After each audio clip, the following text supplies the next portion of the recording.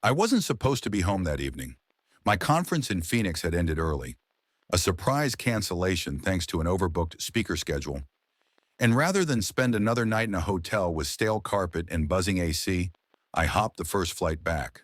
The thought of surprising Kelly with dinner crossed my mind as I unlocked our apartment door, but it evaporated as soon as I heard it. Jazz music drifting from the bathroom. Kelly hated jazz. It stopped me in the hall, ears tilted. Water splashed faintly. The tiles must have been soaked because the damp reached my socks the moment I stepped forward. I rounded the corner and stared at the floor. Two wet towels bunched against the wall and a pair of boxer briefs I'd never seen before, lying half shoved in the laundry basket. I didn't say anything. I just stood there until the water stopped. She came out in a robe, flinched when she saw me, but covered it quickly with a smile too wide for her face. "A plumber," she claimed. "The sink was leaking." Sure, at midnight, with jazz and boxer briefs. I didn't argue. I just nodded and went to bed, pretending exhaustion. But something sharp started forming behind my eyes and wouldn't let go. By morning, she was gone for work, and I went outside to clear my head. That's when I saw them. Tire tracks in the dirt by the gate. Motorcycle. Thick ones. Kelly's brother, the only biker we knew, had been in Colorado all week. I knew because I had called him 2 nights earlier, asking for his lasagna recipe. That was the first moment I felt the crack. Not suspicion, certainty. I didn't confront her. I got practical. That's always been my way. Over the next few days, I installed a peephole camera, one of those discreet ones that blend with the molding. I bought a password cracker and sat down with her laptop late one night while she was sleeping. iCloud, calendar, notes, photos. Nothing at first. Then I found a hidden album tucked beneath a misnamed folder. Photos of her in a hotel room I'd never seen, kissing a man I didn't recognize. One photo showed the room number clearly in the mirror's reflection. I checked the last few months of her travel, company cards and receipts, and it all matched.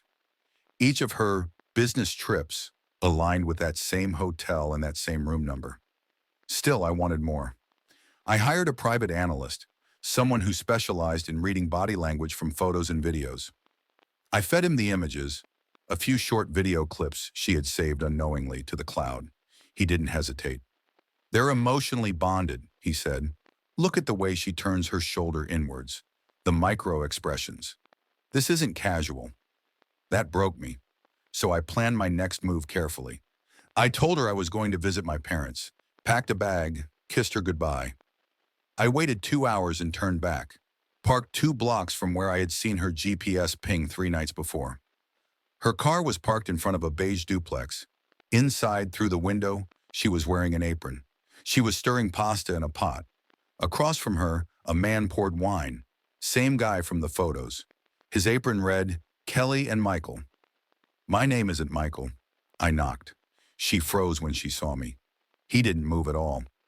I pulled out my phone and started taking pictures. Not angrily, just methodically. The stove, the wine, the apron, her face. I didn't say a single word. That night I went home, sat on the couch, and deleted every single shared photo we had.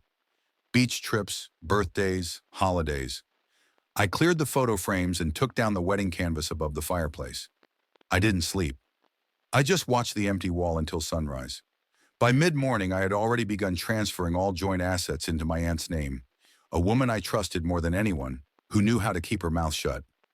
The lawyer helped me draft a motion to terminate the prenuptial agreement based on evidence of infidelity and financial deception. But that was only the start. I went back into her laptop, dug deeper, found financial transfers she'd made from her personal accounts. $38,000 over the last year to an LLC in Wyoming, listed as a charity foundation. I knew it wasn't. The registered owner was the man from the photos, Michael.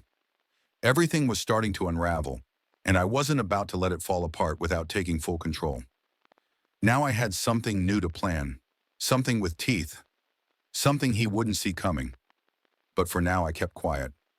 I kissed her goodnight that evening. I let her believe we were fine. And while she dreamt, I began crafting the next stage. A silent trap, built piece by piece behind a calm and quiet face. Because the thing she didn't understand, the thing neither of them understood, is that when you burn a bridge with someone who built it plank by plank, they don't rebuild. They rig it with dynamite. Michael had no idea who I was the first time I shook his hand. We were two strangers having coffee, but only one of us knew it wasn't by chance. I'd spent days tracking his habits, his go-to spots, the way he ordered the same oat milk latte with extra foam. I approached casually, posing as a private investor, looking to support promising nonprofits. "Your foundation in Wyoming caught my eye," I said. "I'm always curious when a group manages to stay under the radar." He perked up. The ego was easy to spot. He thought I was just another wealthy idiot looking to feel good writing checks. He leaned in and gave me his number without hesitation. By the next day, we were texting. Within a week, I was seeing slide decks and half-baked impact strategies with fake data dressed up like success.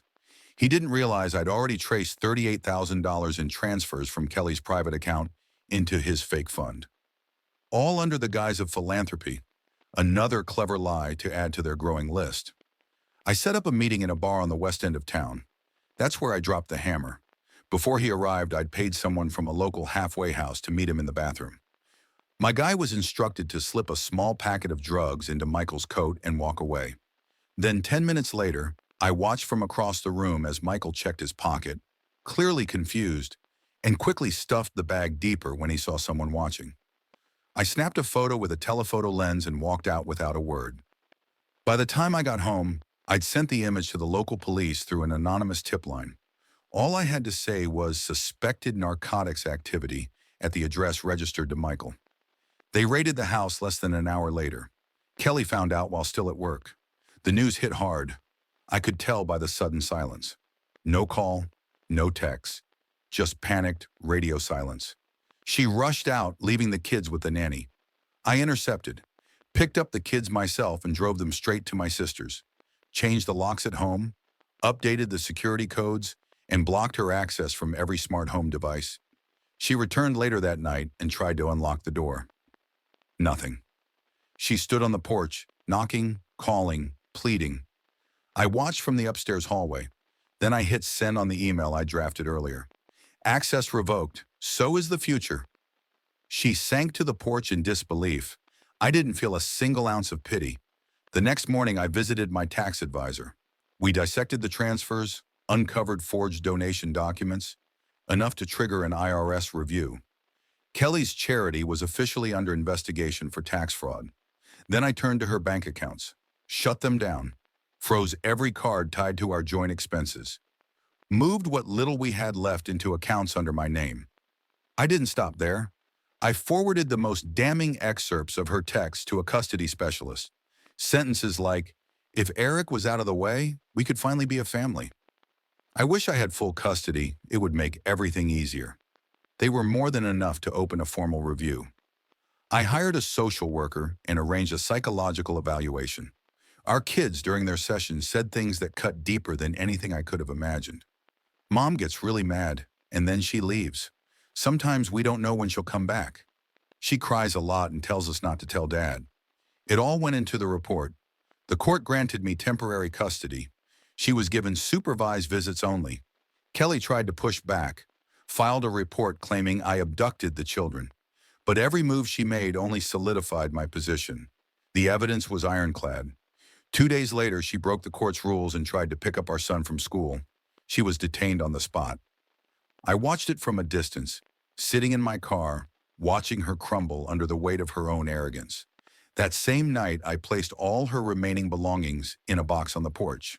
The email I sent had no greeting, just, "There are no doors left for you here." But I wasn't done. I took my case to the neighborhood housing board. At the next meeting, I laid out everything: the fraudulent transfers, the tax filings, the fake nonprofit. No drama, just facts. The fallout was immediate. The neighbors drafted a petition for her removal from the co-op. She was forced to relocate to a cheap rental 2 neighborhoods away. Meanwhile, I launched my new project, a YouTube channel called Family After Betrayal. The first few videos were raw. Just me talking about custody, legal process, how to hold your ground without losing your mind. The views came slowly, then in waves, 100,000 in a month.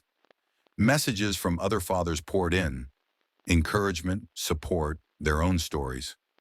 Kelly tried to reach out again, through friends, through emails. No apology, just desperation.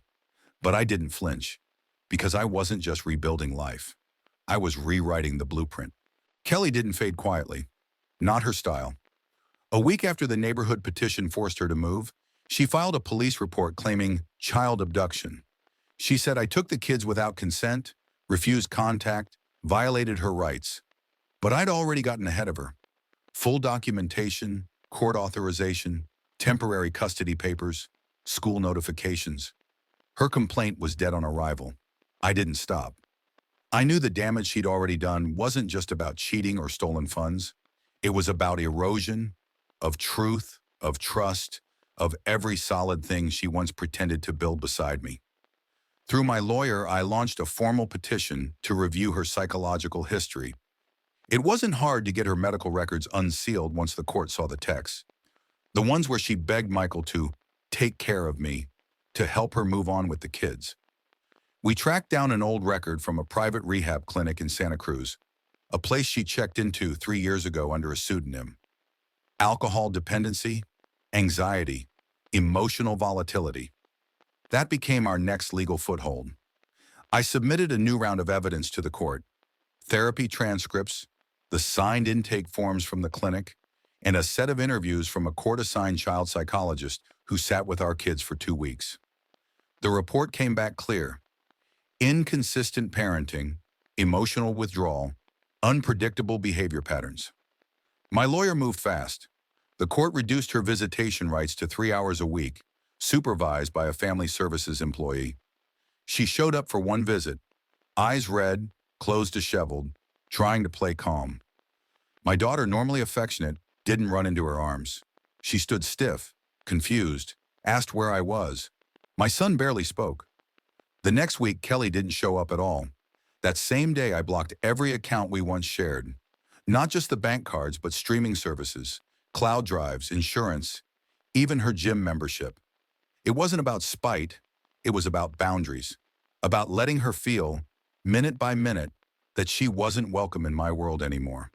When she threatened legal action for cutting off access to her assets, I forwarded the judge a spreadsheet showing her secret transfers to Michael and his fake fund.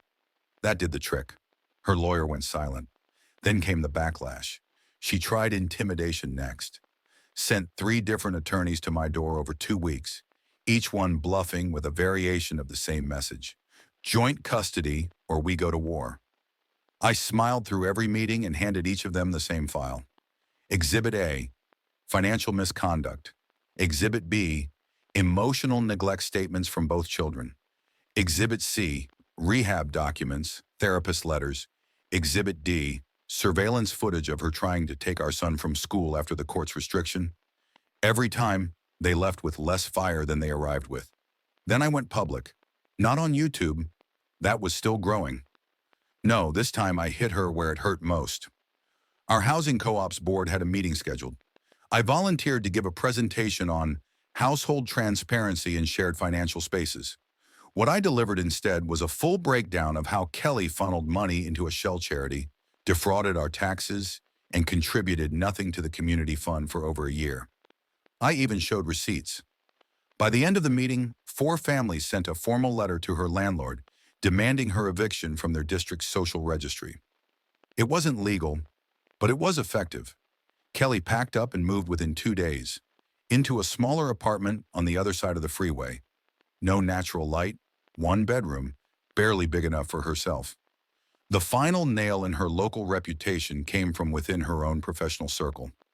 I'd waited for the right moment. I compiled a timeline of her involvement with the fake nonprofit and submitted an anonymous ethics complaint to her company's HR department. Included fake donation receipts, emails between her and Michael A., video of her bragging about using corporate card leverage to help move funds discreetly. She was suspended within a week. Official reason: internal audit under review. But word spread. People noticed she stopped coming to company mixers. Her boss unfollowed her on LinkedIn. A friend of hers, once mutual, sent me a private message. Whatever happened between you two, she's not the same anymore. I didn't answer. I didn't need to. Instead, I doubled down on what mattered. I kept building my channel. Family After Betrayal was gaining traction. Each video was sharper, more focused. I started interviewing family attorneys, therapists, forensic accountants. My inbox filled with stories from other fathers, other betrayed spouses, each one a small piece of the war I now understood from the inside. And then one day, amid it all, a letter arrived. Handwritten, unmarked envelope. Inside, Eric, I've changed. I know you won't believe me, but please, give me a chance to show it. I miss our children. I miss our family. I miss the way you used to look at me, like I was the only thing that mattered. I made mistakes. I broke something real. But I want to rebuild. Not for me, for them, for you. Please. Kelly, I didn't respond. I printed it, tucked it in a folder marked Documentation, Sentiment-Based Appeals, and stored it in the same drawer that held her confession texts and her donation forgery. Because what she didn't understand was that it wasn't about anger anymore. It wasn't even about revenge. It was about clarity. She'd asked for war, so I gave her silence. And silence is far harder to fight.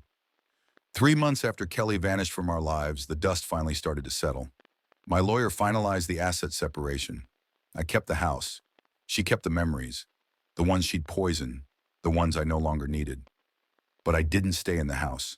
I couldn't. The walls held echoes. Hallways still whispered her laughter, that faked affection she used like bait. I wanted something new, so I sold it. Quietly, quickly. A young couple bought it, newlyweds with plans for a nursery. I smiled when I signed the deed over, wished them well, and never looked back. Then I took the kids on the road.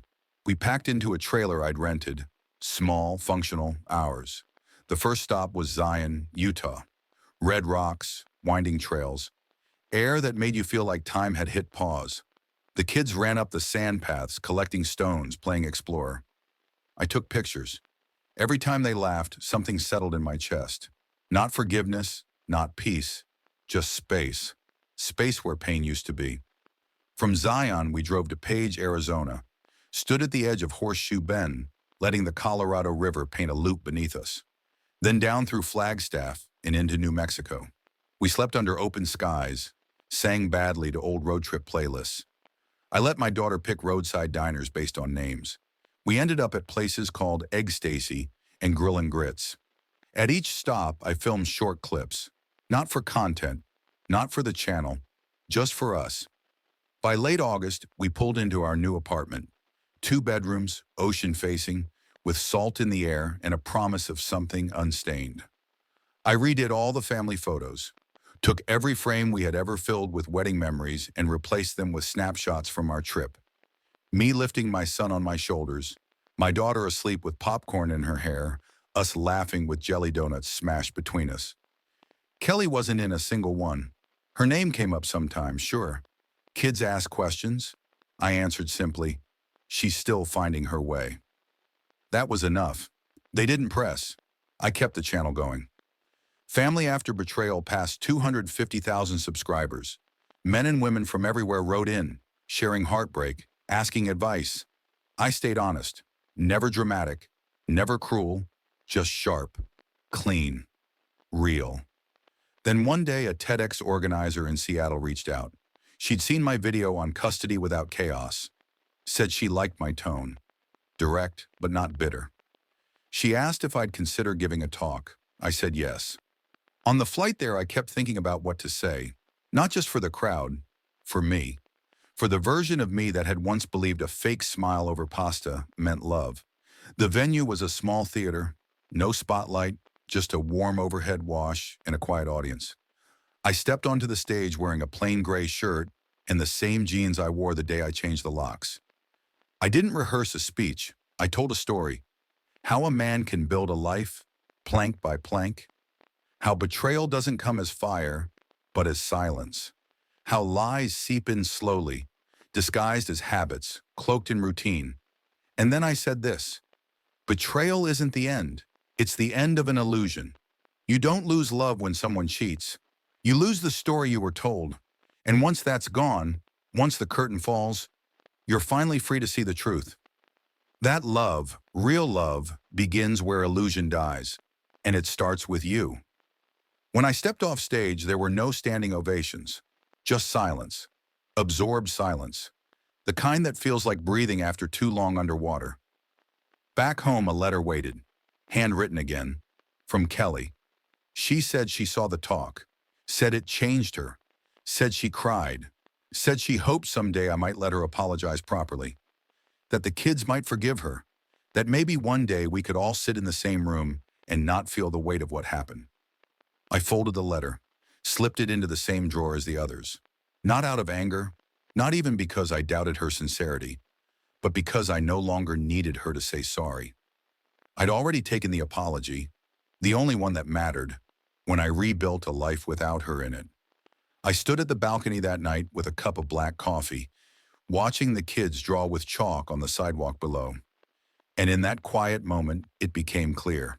Closure doesn't come when they confess. It comes when you stop needing them to. Because revenge, it's not a shouted insult, or a confrontation, or a broken plate. It's a quiet, steady life they're no longer part of. And if she ever thinks of me again, I hope it stings not because I punished her, but because I didn't have to. That's all for now, folks. Thank you for being with me today and listened. And if you liked my story, please subscribe, hit the like button, and comment below what you think about all this, and what would you do if you were me. Also, don't forget to check my other stories in description below.